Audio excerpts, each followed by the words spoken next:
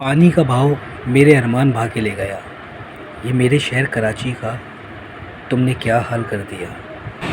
अस्सलाम वालेकुम नाज़रीन, टॉक ऑफ सोसाइटी के प्लेटफॉर्म से मैं उमैस हुसैन और मैं आपको दिखाना चाह रहा हूँ ग्रीन एंड ग्रीन कराची। इस वक्त आप देख रहे हैं कराची के मनाजिर, ये बारिश के बाद के मंजर हैं। मैंने कहा मैं आपको दिखाऊँ कि बारिश के बाद होता क्या है कराची शहर में।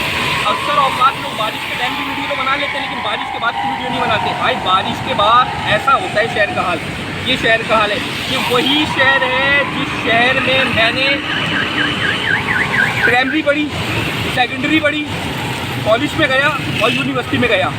ये वही शहर है जहाँ मेरे नौजवानों को जॉबें नहीं मिली। ये वही शहर है जहाँ बाहर से लोगों ने आके हुक्मरानी करी। ये वही शहर है जिसका कोई पुरसाने हाल नहीं है। ये वही शहर है जहाँ शहर खामोशा के अंदर भी लोग खामोश लेटे हुए और वहाँ भी पानी भरा हुआ है। इस शहर का कोई भी पुरसाने हाल नहीं है। इस शहर का कोई पूछने वाला नहीं है। कोई तो हो इसका रखवाला। ना यहाँ सेवरेज का निज़ाम है, ना ही यहाँ बिजली बहाल है। इस शहर का हाल बेहाल है। यहाँ का पढ़ा लिखा नौजवान फूड पांडा और बाइकें चला रहे हैं। इस शहर का हाल तो देखें। और मैं क्या क्या दिखाऊँ, क्या क्या बताऊँ आपको। जहाँ जहाँ घड़े पड़ गए, बारिश के बाद जहाँ जहाँ घड़े पड़ गए, उस घड़े का हाल ऐसा है कि पहली रोड नहीं बनता रहा शहर में। पहले ही हमारे वसाइल नहीं थे कि हम रोड बनाते।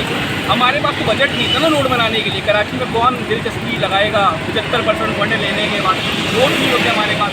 लेकिन अब जो बारिश के बाद का हाल है, रोडों पे और फुटपाथों में घड़े पड़ गए, ये कौन बनाएगा। यानी कि आने वाले 20 साल तक अब कराची, मुझे ऐसा लग रहा है कि ये जो लॉस हुए 20 साल तक हम नहीं भुगत सकेंगे। हर साल बारिश होगी, हर साल लॉस होगा और हर साल हम 20 साल पीछे जाएंगे।